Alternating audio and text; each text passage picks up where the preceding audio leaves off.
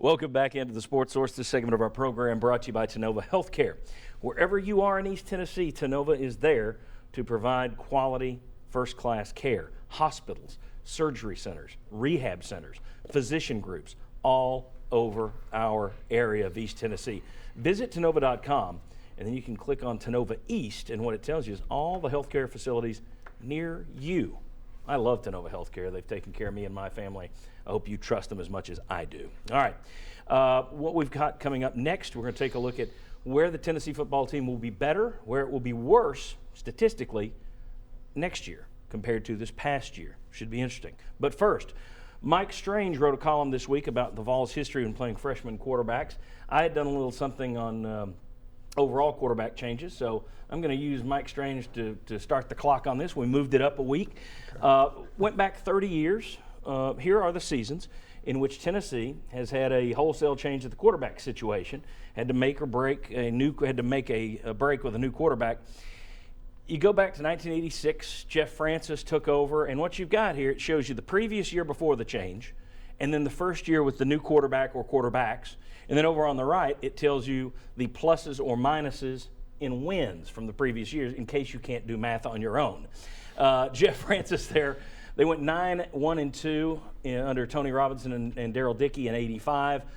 Won 7 games, so it was a 2-game change in 86. In 89, Sterling Hinton and Andy Kelly took over. Now that team improved from 5-6 to 11-1. That was a unique situation. That team started 0-6 in 88, won its last 5. So that was a 6-game improvement when changing quarterbacks. Heath Schuler, when you went to him, 9-3, 9-3, same difference.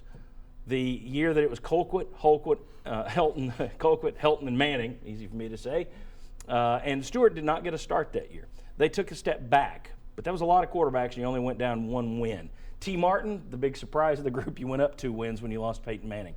Suggs and Clausen, you went down a win. Schaefer, Ainge, and Clausen, you held steady, but you held steady at 10 wins. That's pretty darn good. And that's Rick Clausen there, Casey Clausen above him. 2008, when you changed to Crompton and Stevens, that's the big negative. You went from 10 wins to 5. The 2010 season, you went from 7-6 when you went to Sims and Bray. And then 2013, Worley, Peterman, and Dobbs, you stayed flat. What that tells you, 10 seasons since 86, the best was 89, the worst was 08. Only 2 times did the Vols win more games with a new quarterback than they did the year before. Only 2 out of those 10 times. 3 times they won the same amount. 5 times the win total slipped, okay? Also, total offense-wise, they only went up in total offense in 2 of those years, 89 and in 2004. The other 8 times in total offense, they went down. Any lessons to take from what you just saw? Does that suggest to you you're going to take a step back? Does that suggest you're going to stay the same? You've got a couple of exceptions to the rules that tell you I'm not going to buy it. I guess that's probably a trend. If you were to look at all college football and whenever they change quarterbacks, I would think 80% of the time they're going to win as many or fewer games, and only 20% of the time win more. I think that's right in line with probably what college football would suggest with new quarterback, right? That's what it didn't shock me when I looked at the numbers, and especially the total. In fact, the total offense number going up in 2004, and that wasn't just you had an extra game. It actually went up. That one surprised me. The 88, 89, 88 was such a weird year. It was like 2 seasons in one.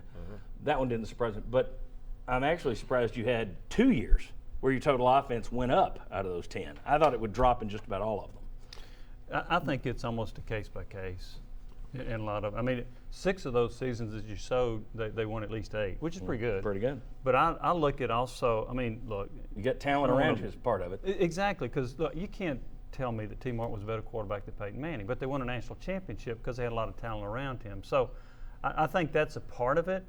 It's also a part of my concern about this upcoming season for Tennessee because they not only lost Dobbs on offense, they lost Malone, their best receiver. They lost Kamara, who's going to be, a second-round running back. So I think some of that supporting cast is going to be gone too, which is why I have a concern about their ability this upcoming season to be as good as they were a year ago. Guys? When I wrote this week, I looked at just freshman quarterbacks with the premise that let's say Guarantano's the quarterback, and what I came away with, if you go through a season where a freshman starts all or most of your games or a significant number of games, 8 wins was about the window. You had that 2004 exception with Ainge and Schaefer, but 8 wins.